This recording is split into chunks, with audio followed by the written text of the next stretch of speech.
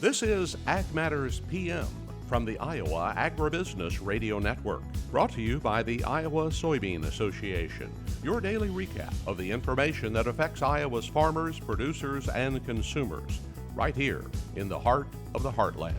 With reports from our award-winning broadcast team of Dustin Hoffman, Riley Smith, and Mark Magnuson. Now, from the IARN studios in Des Moines, here's Dustin Hoffman. Good day, everyone, and welcome to Ag Matters PM from the Iowa Agribusiness Radio Network. I'm Dustin Hoffman. Today is Monday, May the 22nd, 2023. We're so glad you could join us.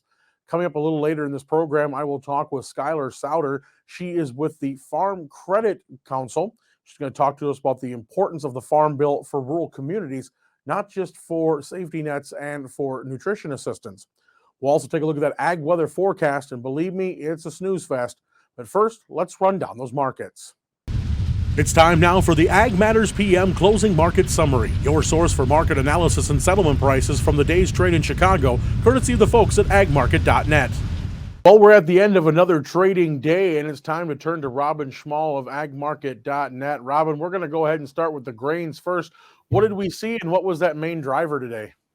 Well, it seems like the main driver today was just a weather forecast for 10 days of dry weather in the about 2/3 of the Midwest. Now, we need dry weather to get it planted, and that's probably going to be looking at finishing up a lot of stuff. Planting progress moving along really well. Planting progress up in the north, in the Dakotas should be moving along really well. They've had some good weather, but yet there's a little concern now starting about some of the dryness that's developing. Now, there was a report over the weekend in some areas in a small area in Illinois to Indiana.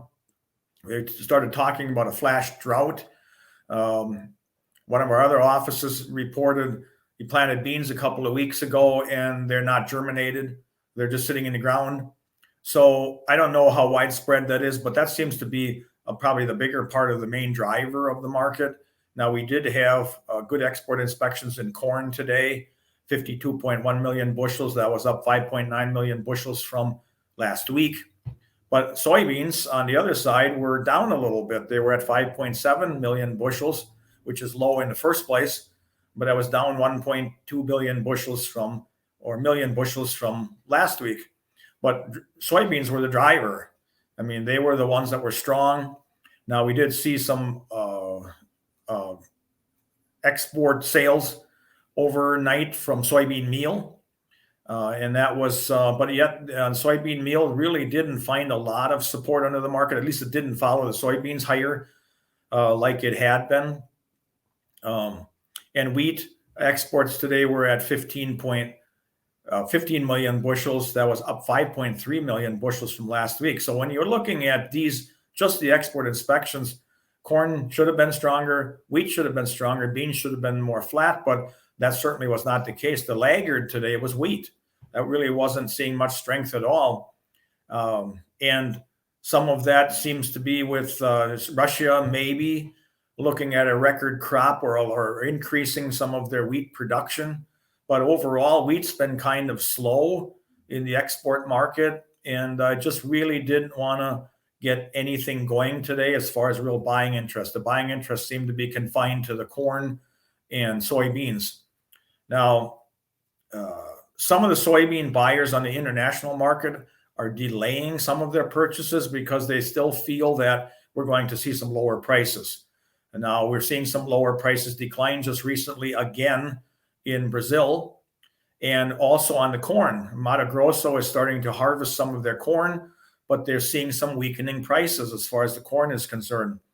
And world supply on the soybean side, they say if we see a crop that we're expecting based on our planting progress and the acres we might be planting and average weather, we could be adding to a global supply, putting it to a record level. So some of that stuff seems to be opposite an influence on the market, where the market is trading stronger when in some of the information we had would be weaker. And that's why I think main driver of the market has been a trader perception based on we're seeing a little drier weather than we had hoped. Maybe that was forecast. And now there's a little bit of concern over how long that is going to last as we move through the growing season.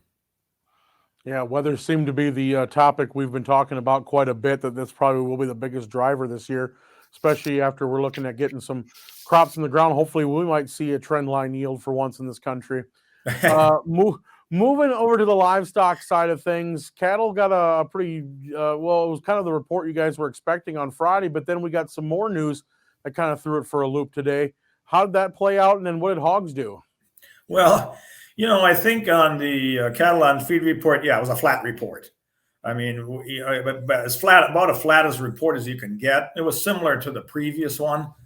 So really no change there. It was pretty much as expected. But over the weekend, when there was an atypical BSE cow, 5 years or a little older, found in South Carolina, it did not enter the food chain, but it does leave some uncertainty in the market. And I had anticipated we might see a little pressure because of that, because, traders are looking for news. And we did see cash cattle last week. The southern cash cattle traded about steady. We saw northern cattle trade steady to $2 higher, which they were hoping, feedlots were hoping to at least get steady cash. So that gave it a little bit of support, but and the cattle numbers haven't changed. But when you throw a little bit of unexpected news into the market, even though it's an atypical BSE case, it does cause traders to react. And that's what we're seeing today. A little more pressure onto the market. Now, we did see box beef prices at midday. Choice was up 62 cents, select up $1.40. So that provides some support under the market. And really think back over the last 2 weeks, we've seen some variation as far as the box beef is concerned, and mostly lower box beef prices over the last 2 weeks. Now we saw a little bit of strength today, but the uncertainty in the market is what really kind of is driving the market at this point. Now, the proverbial higher grain prices putting pressure on cattle, that continues to float around like it always does.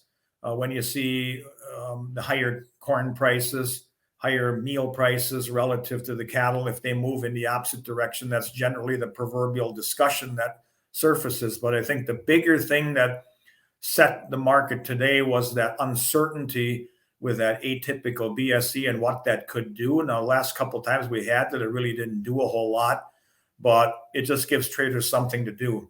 On the hog side, just took another beating today again. We did see new contract lows in July and later months Friday. Now we pushed June down to new contract lows. The funds are in control of that market. Again, if you're talking about market uncertainty, it's uncertainty over the Prop 12 situation and how that's all going to play out. Cash has been a little bit bearish.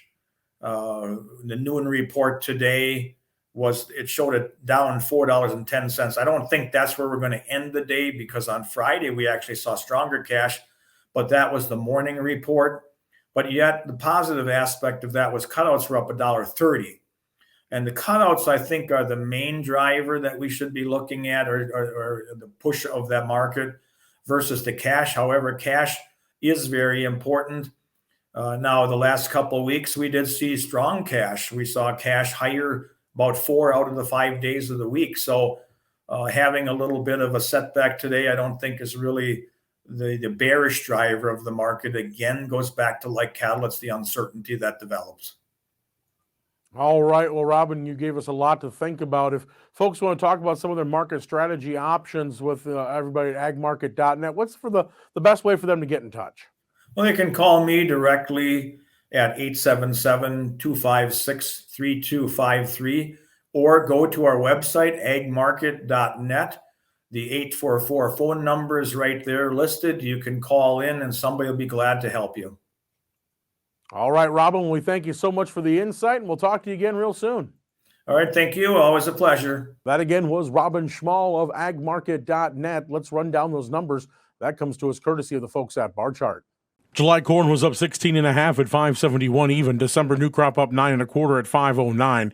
July beans up 34 cents at 13.41 1/4. November up 21.5 at 11.97 even. August soy meal was up $3.40 at 4.0550. Soy oil down $1.44 at 48.79. Chicago wheat up 1 3/4 at 6.18 3/4. Minneapolis up 5.5 at 8.12 1/2. Kansas wheat up 2 1/4 at 8.17 3/4. Oats for September down 3.5 at 3.21 1/2. June live cattle were 67 cents lower at 165.05. August feeders 20 cents lower at 234.90. Lean hogs down $1.20 at 81.82. Pork cutouts down 72 cents at 86.12. Class 3 milk up 2 cents at 16.21. And that's been a check of your market recap. We're going to take a short break and hear from our sponsor, the Iowa Soybean Association and the Soy Checkoff. When we come back, Skylar Sowder talks rural communities with me. This is Ag Matters PM. Iowa Soybean Association is driven to deliver for Iowa's 40,000 soybean farmers. We're proud to provide objective agronomic research, a helping hand with soil and water stewardship, and timely industry news powered by the Soybean Checkoff. Learn more at iasoybeans.com. Welcome back to AMPM from the Iowa Agribusiness Radio Network. I'm Dustin Huffman. Well, we know that when we talk about the Farm Bill, a lot of focus is put on crop insurance, the safety nets, and of course, the Supplemental Nutrition Assistance Program. But those are just 2 of the 13 titles that make up the biggest piece of agriculture and food legislation that the Congress deals with every 5 years. Rural communities that thrive off of the Farm Bill or rely on getting those dollars to help upgrade their services and help make their communities something that the farmers can prosper in. We talk with Skylar Sowder of the Farm Credit Council, and she talks to us about what the Farm Bill has to offer and what rural communities are really going to need. We're talking right now with Skylar Sowder of Farm Credit. Skylar, thanks for taking the time to visit with us here today. You bet. Glad to be here. All right, so we got done talking with Matt about economics, the economy, and what that does to the farmer and things they've got to be concerned about. But obviously, there are ways to get help with that. There are programs that come through farm bills and things like that. Talk about the Farm Bill. We obviously know that's a big thing this year with it being renewed. Where are things at? Where are you guys looking at? What kind of things are you hopeful about with the Farm Bill? You bet. Well, you said it. The Farm Bill, 2023 is a Farm Bill year. It expires September 30th, and the Farm Bill really touches just about every American. There's a slew of titles. So there's, the traditional farm safety net, like Title I programs and crop insurance, but there's also research and rural development and nutrition programs that touch so many Americans. From Farm Credit's perspective, our number one goal is to get a good Farm Bill for rural communities and agriculture. That helps us fulfill our mission to support rural communities and agriculture. And one thing that we're looking at this year is how can we better support the development of those essential facilities in rural America. Things like rural hospitals or critical care clinics or daycares or fire stations. And so we have a proposal out there to codify our ability to invest in these types of facilities, along with community banks and credit unions and local leaders to really bring everybody to the table. This would follow similarly to USDA's Community Facility Direct and Guaranteed Loan Program. And it just really is a way to try and further develop, either renovate or establish these facilities in rural America that make it a great place to live and work and raise a family. And sometimes we get lost in that when we talk about the rural economy. We think about the farms, think about the elevators. We don't think about all the support services and everything that makes farmers are a part of the community. When farmers are doing well, we know in rural communities that those businesses are going to do well, but they've got to be able to make it through the tough times as well, and also having the services. Obviously, when you've got technology like telehealth and things like that, you want to make sure you've got the support there that they can, 1, get the equipment, and 2, be able to use the equipment and have all that in place to help support those farmers, and also then the farmers can in turn help support that community. Oh, absolutely. I mean, rural America is where telehealth started, and we can see coming out of a pandemic how important those types of programs are. So, whatever it is, Farm Credit really stands by to help further support rural communities and ag and in good times and in bad through all the cycles. So talk a little bit more though, about, how this can be done through the Farm Bill. We talked about a little bit about the language about getting to be able to invest, but what can the Farm Bill also do? Because we spend so much time talking about SNAP or the safety net, because those are the 2 big ones that usually have the most debate, but it's all the things that are essential in it, like you said, with the investment and stuff. I mean, how important is that to pay attention to that, to make sure we're getting that right for the farmer in Iowa as well as the farmer in Texas? Oh, certainly. Well, the good thing is the leadership of the House and Senate Agriculture Committees, they are invested and they are paying attention, because it really takes a lot of leadership in Congress to get a farm bill across the finish line. And, regardless of political ideology, Republicans, Democrats, they're talking about, okay, we've got to get a farm bill done. We've got to get a farm bill done this year.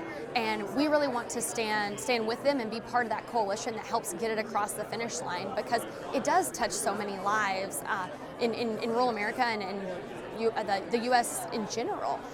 So the committees are hard at work. They are taking a lot of input from stakeholders. You've seen a lot of field hearings all across the country, hearings here in D.C., where they're trying to get the best ideas. And then they'll put all that together and try and get it across the finish line. I don't have a crystal ball to know when that will be, but we really are encouraged by the leadership of the committees, and hopefully everybody's rowing in the same direction, and we can get a bill done this year. It's amazing for something that seems as simple as what farming can be. That is probably one of our most important pieces of legislation that comes up. I mean, I'm seeing kids from a small town in Iowa, not far from Des Moines, a town of maybe 1,000 people that are out here on a field trip, seeing people from Washington. You know what the one thing they have in common is? They're all sitting down and eating food. Oh, certainly. It touches everybody. There is no Yes. in and out. I mean, having what they need, having the food for the people who need it in a place like D.C., having the services available in a place like these small towns in Iowa, so they can stay healthy, so they can stay prosperous, so that next generation has something to come home to.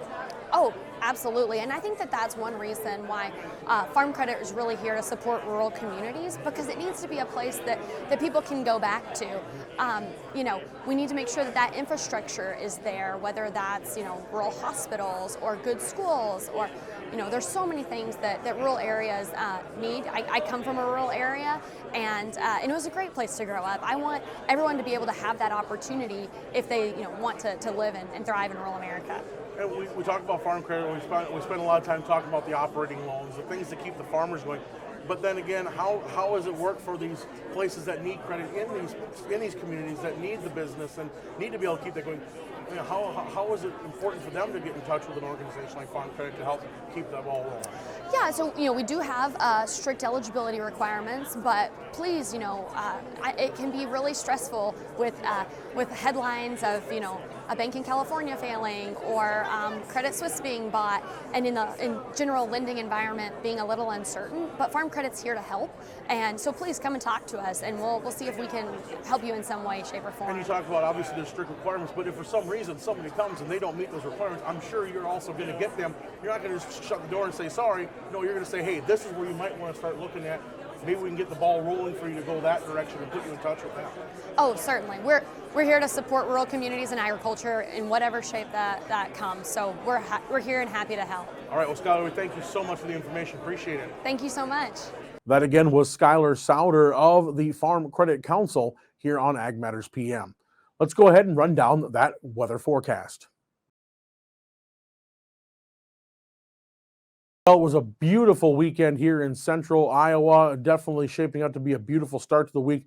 As we heard in the market recap from Robin, they're talking about 10 days or so of really good weather to get the planting finished up and hopefully get those who have been slowed by Mother Nature a chance to catch back up. But of course, if you're going to make a forecast, this is about as boring as it gets. Don't blink. You might miss this one. Here's what the National Weather Service has to say for the next 24 hours. Well, as I said, it's about as boring of a forecast as you're going to get, but when you need to finish up planting and get those seeds and crops off to a good start, you really can't ask for better late May weather. We're looking at mostly sunny skies again today. We saw throughout the state. Highs were anywhere from 78 to 81, so very small window, and that's going to continue. Tonight, mostly clear skies. Lows will be in the mid to upper 50s, and then tomorrow, look for sunny skies to continue and high temperatures in the low to mid 80s. Taking a look at the affiliate weather map for you around the state, we see in Cherokee tomorrow, it's going to be mostly sunny, looking for a high about 83 degrees. Shenandoah sunny and 84. Des Moines, Waterloo also will be sunny and 83, as will be Clinton. Albia will be sunny and 82 degrees. For more detailed forecasts in your area, tune to your local Iowa Agribusiness Radio Network affiliate. And that's been our Ag Weather Outlook. And with that, we're at the end of today's show. You can find all our content online at iowaagnet.com. You can also follow us on Facebook, Twitter, LinkedIn, and on our YouTube channel. While you're there, don't forget to subscribe and hit the bell icon so you're notified every time we put out a new video project.